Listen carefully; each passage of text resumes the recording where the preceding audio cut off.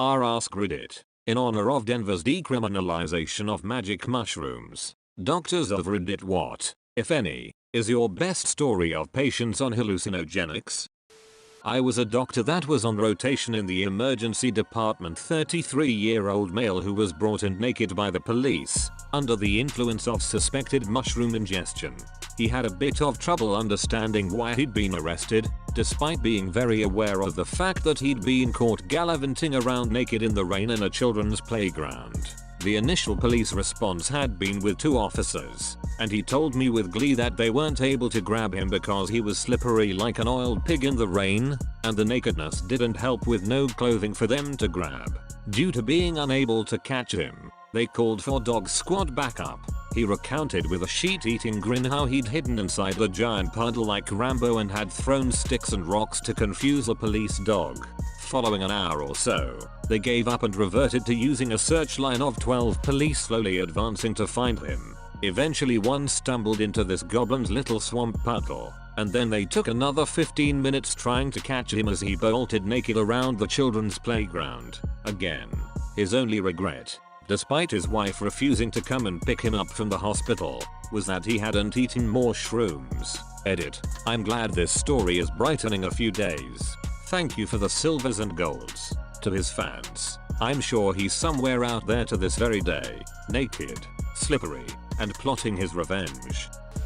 When I was a medical student, I saw a guy high as balls on PCP. I was working with a tiny little Asian chick who was a PGY3 resident, and when we walked in the room, this giant naked white dude high as hell sees her and screams that she was the devil or something.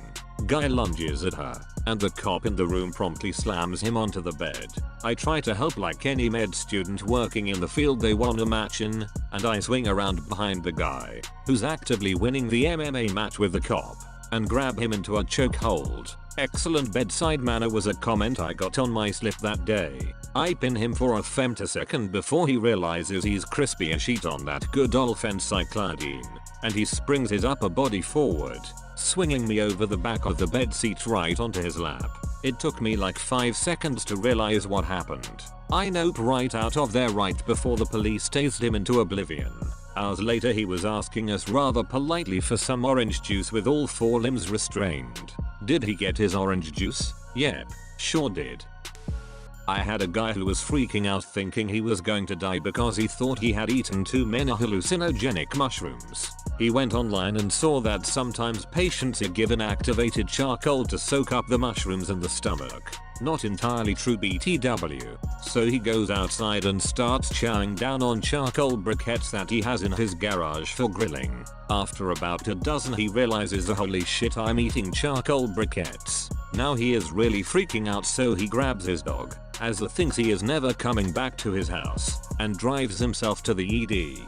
He parks out front, walks into Tridge with the pup, black charcoal all over his face and hands, and says, I need a doctor and someone to watch my dog when I die. That's actually really considerate of the dog. If he was worried that nobody else would show up to take care of it in time following his demise, yeah, dog was a bro for driving him to the ED.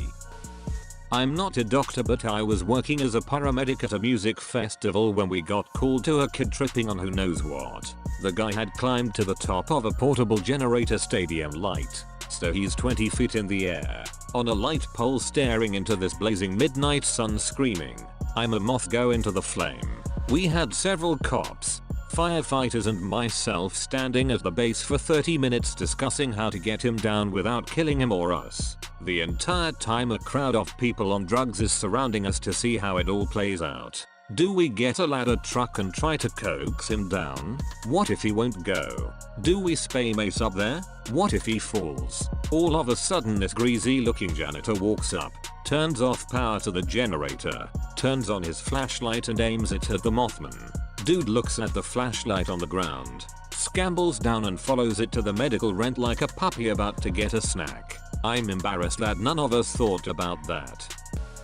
I had a trauma patient who went to brunch, got drunk, and met a new friend who offered him some mushrooms. All his other friends advised against it and went home, but he was adamant. Fast forward, and new friend is nowhere to be found, and my patient had fallen off a roof and was on the way to me in an ambulance. He rolls through the doors with 15 police officers. So I ask, hey, is he violent? What's up? And they said no, but we just want to see what he's going to do next. And they all laughed. He was apparently jumping from house to house's roofs and someone called 911.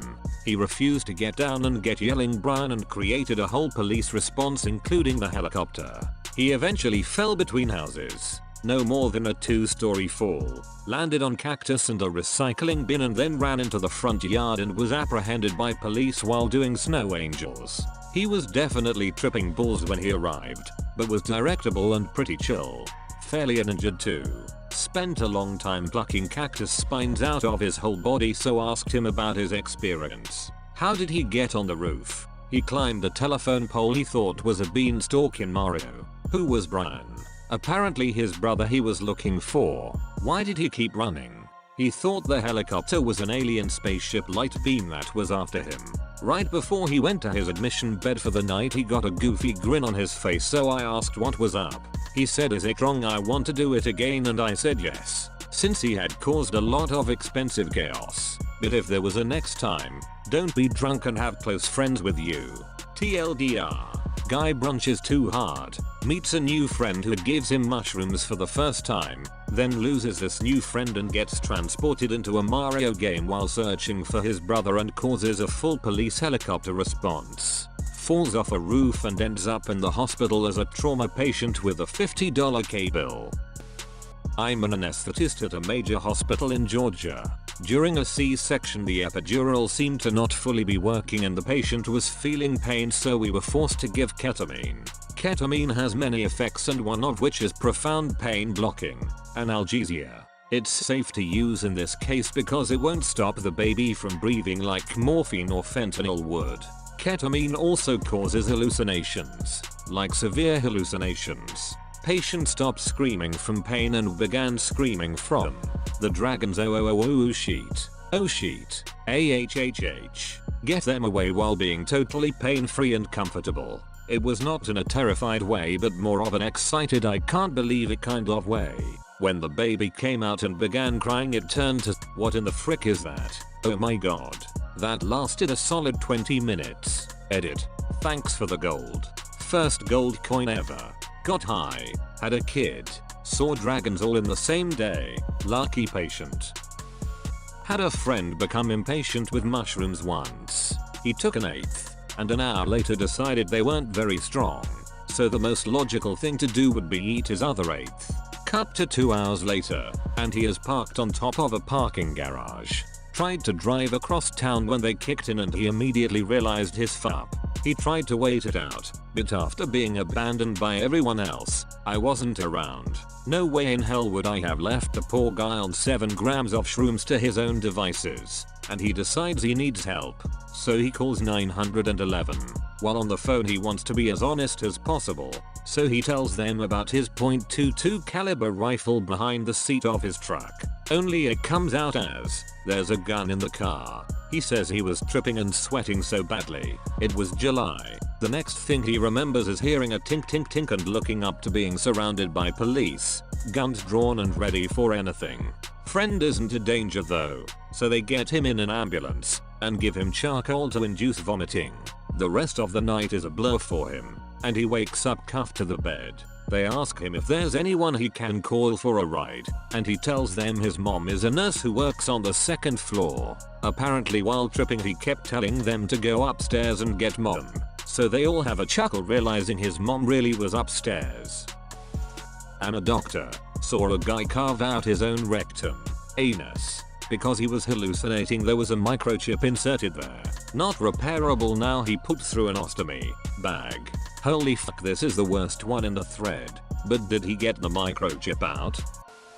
I waited tables and bartended in college. I lived in a giant apartment with like 8 other guys. It wasn't too uncommon for me to get home to a full-on keg party happening in our basement and kitchen and roof. Most of the time, the guys would text me and say, hey man, we're getting some kegs, you cool with that? And I'd say yeah and we'd continue on.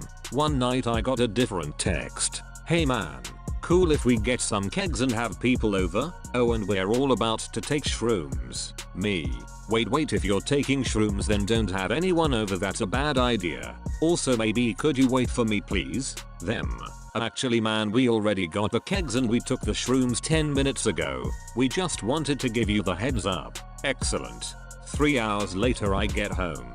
I open the door, and 3 roommates are standing on the stairs, staring intently at a stain on the wall. One throws his coffee cup at it and they all scatter, screaming about how the walls were breathing. Roommate 4 is in the kitchen with a group of people. They are silent. Then I see a knife sail through the crowd and enter an unseen wall to the left. I hear cheering. Roommate number 4 is wearing only boxers. He also smeared shampoo on the kitchen walls, like up near the ceiling. So he would have had to stand on chairs, tables to get that high. Roommates 5 and 6 got into a fist fight over the proposed mosque being built close to the site of the Twin Towers in NYC. Roommate 5 had a large gash in his hand from punching straight through roommate 6's BS Stein. Roommate 6 was searching roommate 5's room for cash to replace his BS Stein while roommate 5 attempted to superglue his hand back together. They did not make amends and were still arguing, except about aliens now and how an alien mosque would still not be okay. Roommate 7 got into a fight and broke up with his longtime girlfriend over tripping balls on shrooms, and he was now having vigorous sex with a random girl on our basement couch. He's now married to ex-longtime girlfriend and they have 2 kids. Roommate number 8 was smoking weed with friends upstairs. Also, there was cocaine. Cocaine that no one saw or remembered bringing. Cocaine that was still on the coffee table that the cops somehow didn't see when they came about a noise complaint. Cocaine that we found 3 days later just sitting on the coffee table and everyone collectively sheet a brick. Roommates 1, 2, and 3 that had scattered upon my entry were now searching all 4 levels of our apartment for a man they called Lance. No one knows a Lance. No one found Lance, but everyone insisted that at one point during the night there was a Lance and he brought his own shrooms which he also shared with everyone. Roommate 4 joins in, still carrying knives. We later narrowed Lance down to a guy that showed up with his little sister, their parents, and a realtor looking to show the apartment to potentially rent to the sister when we all moved out. This was a common occurrence. They walked into 8 dudes who had just tapped a keg and were just starting to trip. Lance stayed behind, but promptly disappeared. We later discovered that no realtor had actually shown anyone the place that night and that Lance and his family were completely a product of tripping balls. Thanks for watching. Remember to drop a fat like and subscribe for more sweet content delivered by yours truly. Also, check out some of these other videos below.